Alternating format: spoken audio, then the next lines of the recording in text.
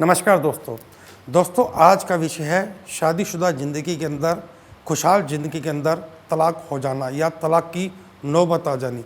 दोस्तों, हम बच्चों की शादी इसलिए नहीं करते कि आगे चल कर के उनका तलाक हो, और इसलिए भी नहीं करते कि आगे चल कर के उनकी गृहस्थी में छोटी मोटी प्रॉब्लम्स भी हैं। लड़के से पूछा जाता है बेटा क्या दिक्कत है, तो वो सारी की सारी प्रॉब्लम जो है लड़की के ऊपर, उसकी माँ के ऊपर, उसकी सिस्टर्स के ऊपर डाल देता है।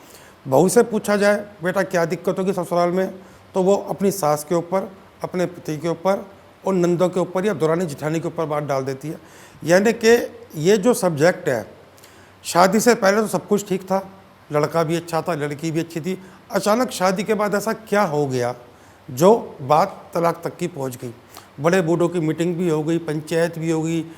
अब इसमें एक ही कसर रह रही है थाना तहसील की। कुछ केसेस में या मैक्सिमम केसेस में वो भी हो जाती है। जो बात घर की चार दीवारी के अंदर निपटनी चाहिए थी, आज वो सामाजिक तौर पे घर के बाहर चलेगी, थाना तहसील के अंदर होगी।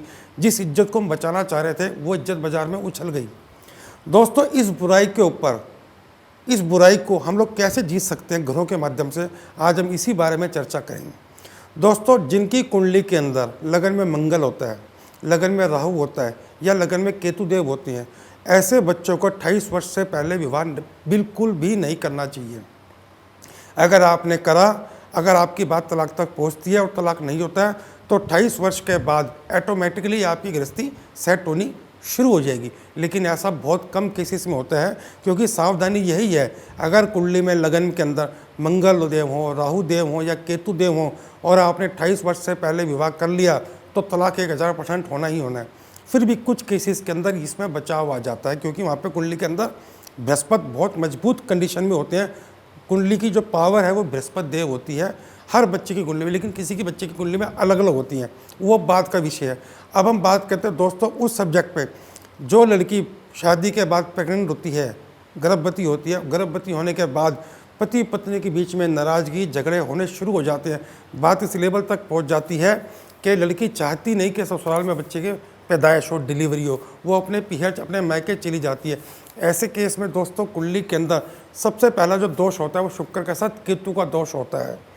इस दोष को ख़त्म करने के लिए आप क्या करें, 43 दिन लगातार 1 किलो जौ को आधी किलो गौमूत्र से धोकर साफ बहते पानी में जल प्रवाह करें।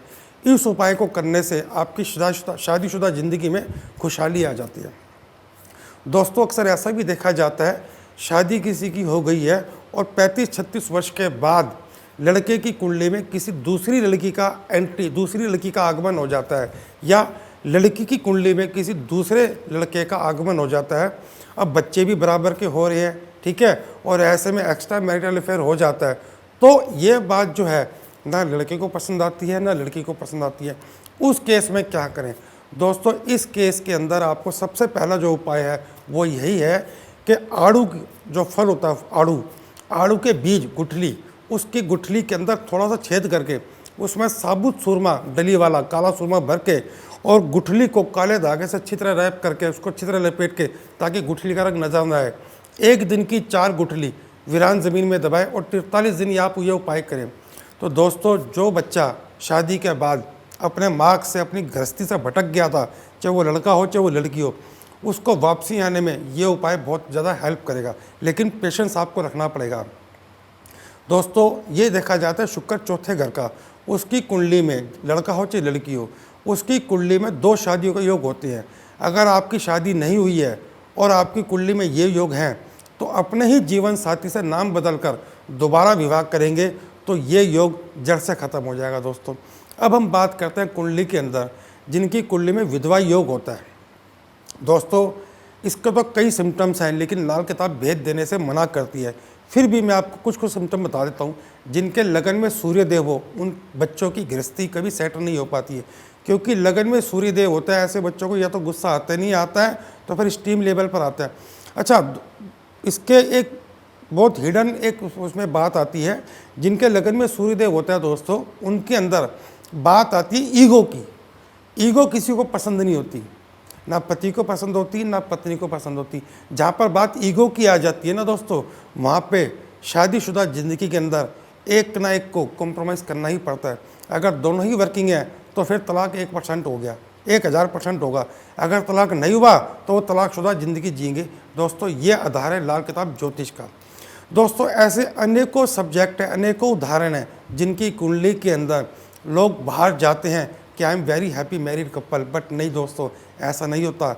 वो जब जाते हैं फंक्शन में, किसी समारोह के अंदर, तो घर से तैयार होकर जाते हैं, लेकिन उससे पहले उनके घर में कई दिन से इस बात पे झगड़ा होता है कि मेरे को उस फंक्शन में नहीं जाना, लड़का कहता है मुझे उस फंक्शन में नहीं जाना, लेकिन इज्जत मान प्रतिष्ठा के कारण वो जाते भी हैं, तो ऐसा दिखाते हैं लोगों को कि हम बहुत खुशहाल जीवन ज़िंदगी जी रहे हैं।